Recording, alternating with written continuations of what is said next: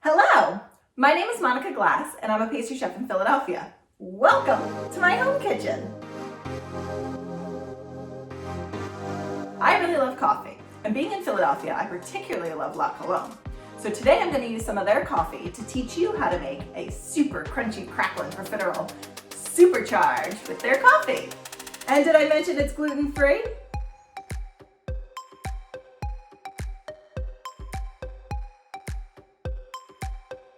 All right, to start, I have this absolutely delicious 480 coffee, chocolate, caramel, toasted wafer. That is gonna go into our profiterole shells and the crunchy sablee topping. And then, who doesn't love a draft latte? Got draft latte for the pastry cream filling.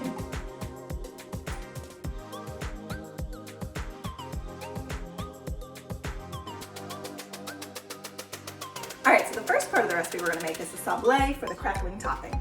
So I have unsalted butter, brown sugar, and my gluten-free flour blend, brown rice flour, white rice flour, cornstarch, and tapioca starch that I have ground with some of the 480 coffee beans. And they go into the KitchenAid bowl and get creamed together.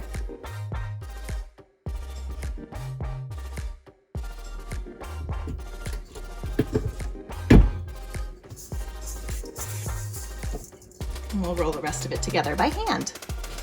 So just kind of combine it by hand and dump it out onto here.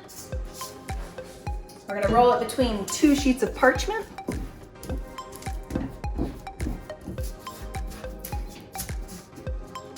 And press it into a rectangular square. And start rolling.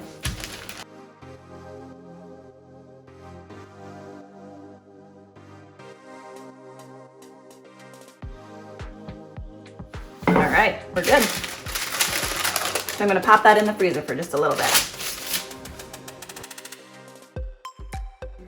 Pot of choux next. So I've got some milk that I cold steeped those 480 beans in overnight for probably about 12 hours.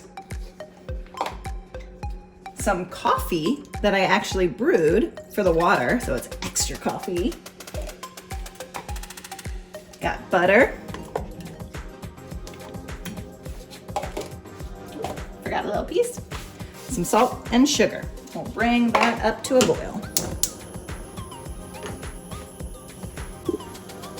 Our butter is melted into that coffee milk, so we're just gonna bring it up to a simmer now, and then add the flour blend. Again, it's the brown rice, white rice, cornstarch, and tapioca starch.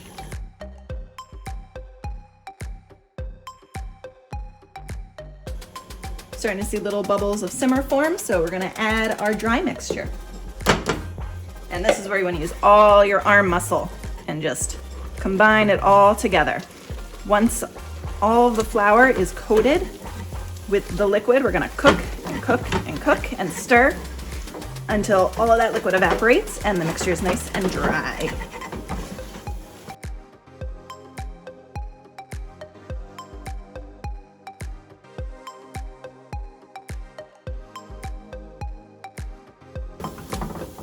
And I think we're done.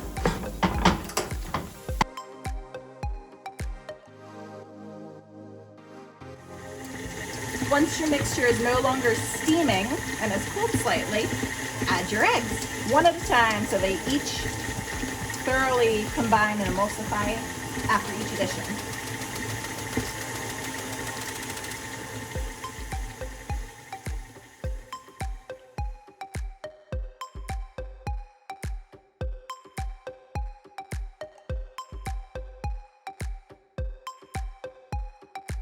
All right, we're going to transfer the batter to our pastry bag, fitted with a largish round tip.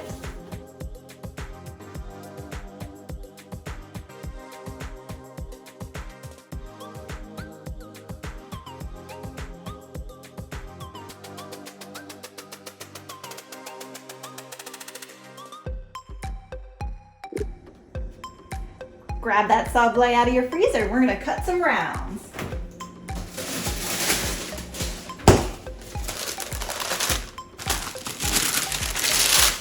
It's a little too firm right now, don't worry. It'll soften up in no time.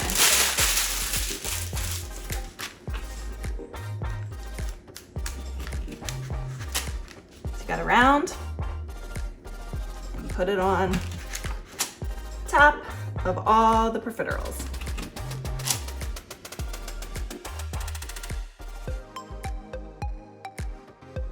And if they break apart, you can always re-roll this once it comes to room temperature and stick it back in the freezer. Grab my little offset so I could lift them up.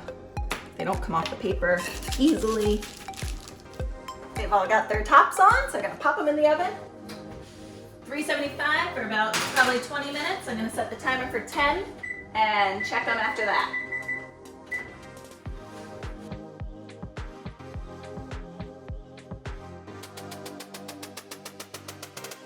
Time to make the pastry cream. Draft latte in first. Gonna bring that up to a simmer.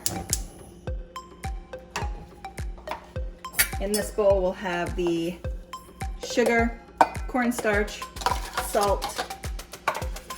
Whisk that together.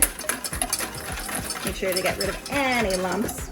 Actually, I'm gonna add a little bit of this cold liquid to it, just so we don't get any lumps later on. Nice and smooth. Gonna add our egg yolks.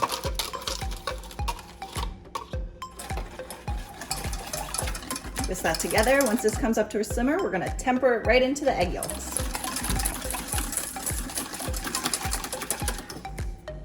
I see tiny bubbles.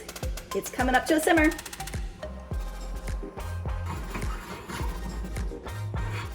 Just temper this into here. And then we will return it right back to the stove and cook until it's nice and thick.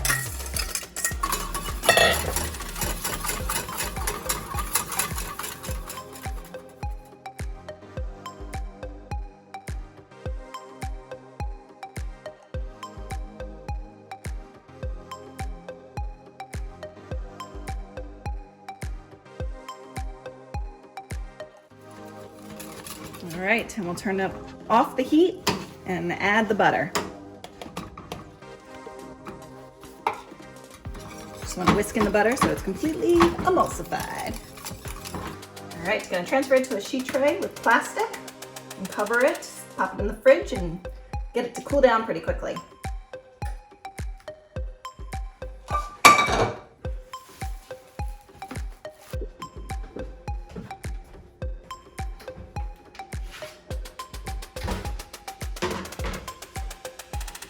All right, so I'm gonna whip some cream to fold into our draft latte pastry cream.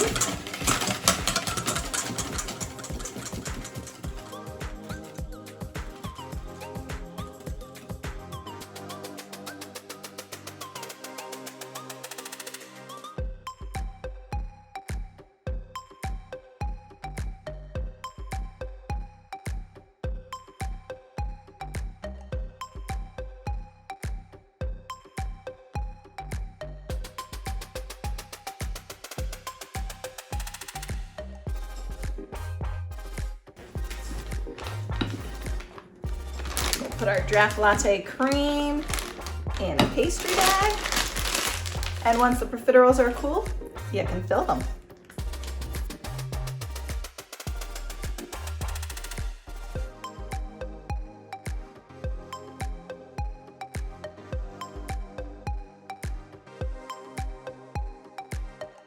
So if you liked this today, make sure to tune in to watch all of your other favorite chefs make their favorite La Colombe recipes. And if you love the Philadelphia restaurant community as much as I do, please visit at Save Philly Eats or www.savephillyeats.com, where you can donate or purchase a future event with your favorite chef to really help save the community. So let's do our part, make sure the Philadelphia restaurant survives. Thank you for joining me today. If you make this recipe, make sure to post a picture and tag me at Chef Monty. Oh, that's my dog. And thank you for your support. I'll see you later.